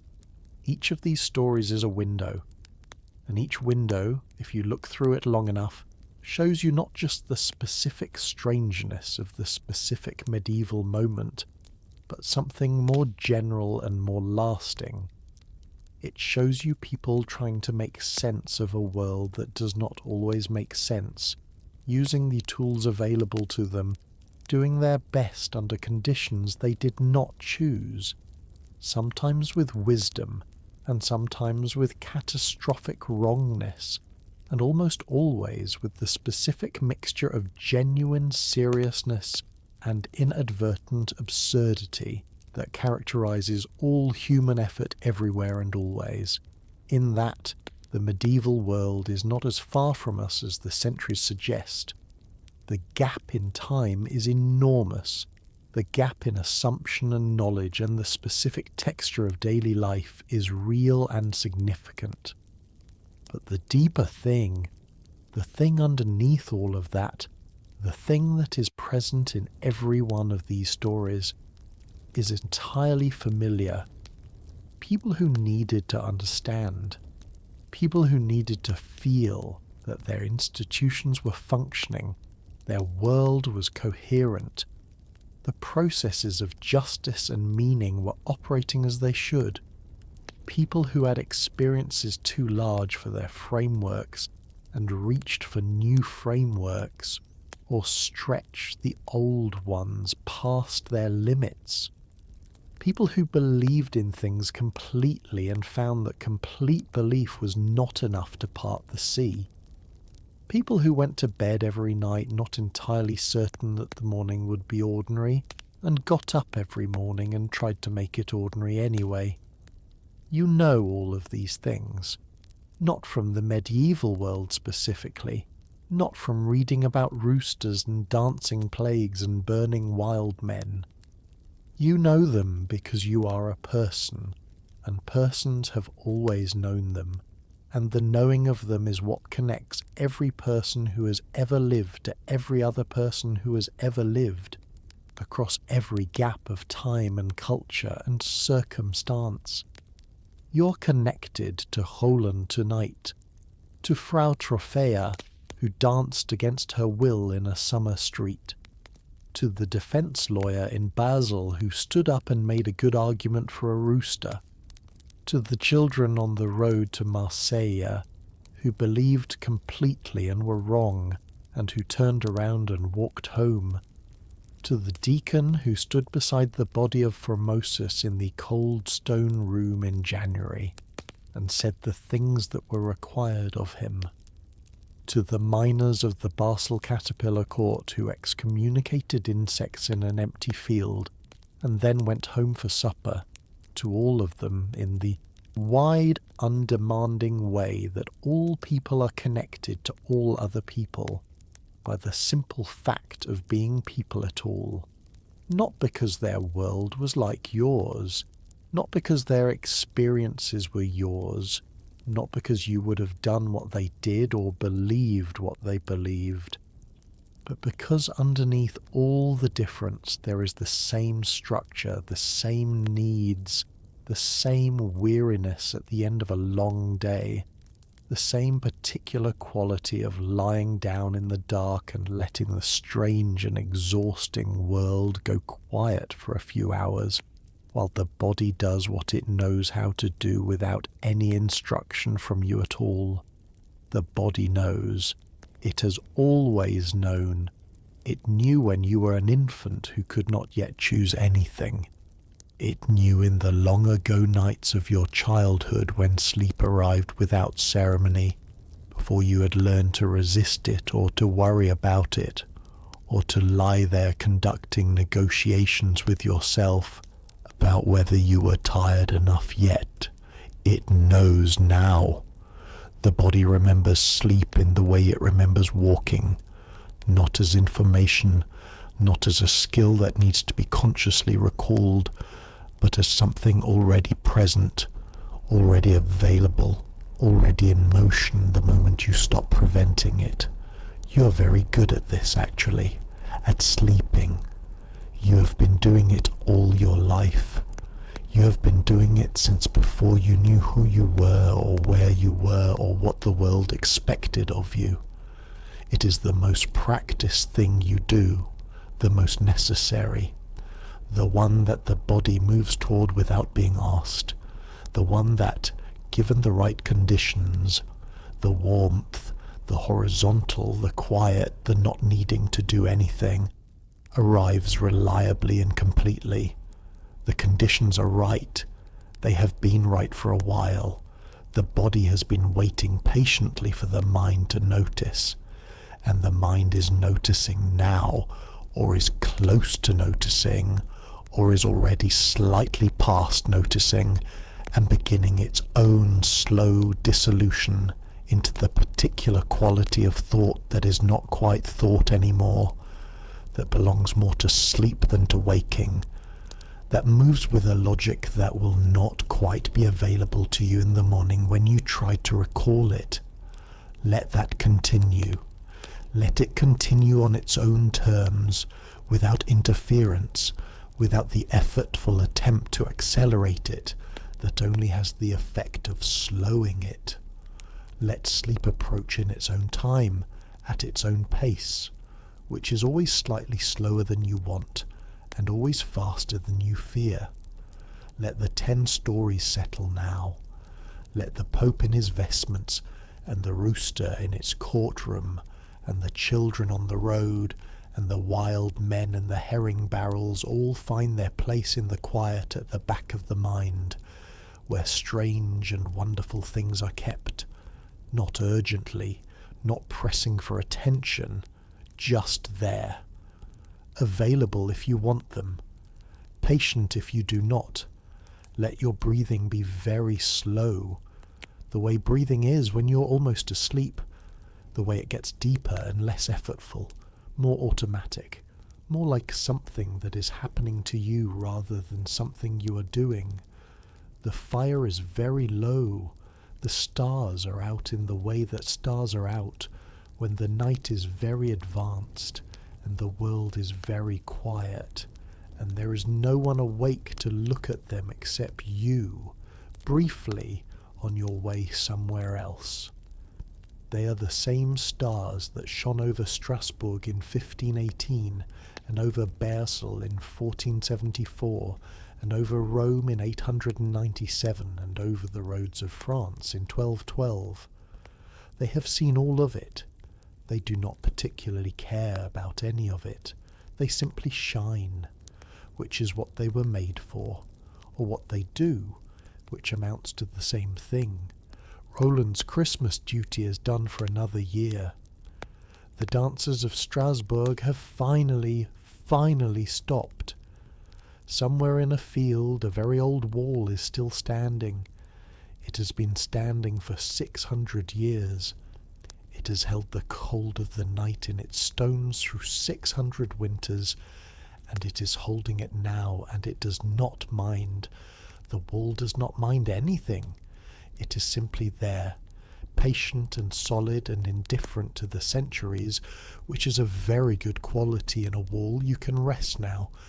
Everything is as it should be. Breathe in, breathe out. The world is old and strange and full of stories. It has always been old and strange and full of stories. It will be old and strange and full of stories long after tonight, long after you and everything you know. This is not a sad thought. It is, in its way, the most comforting thought available. The world keeps going, and it keeps being astonishing, and there will always be more to hear. But not tonight. Tonight is for rest. Sleep well.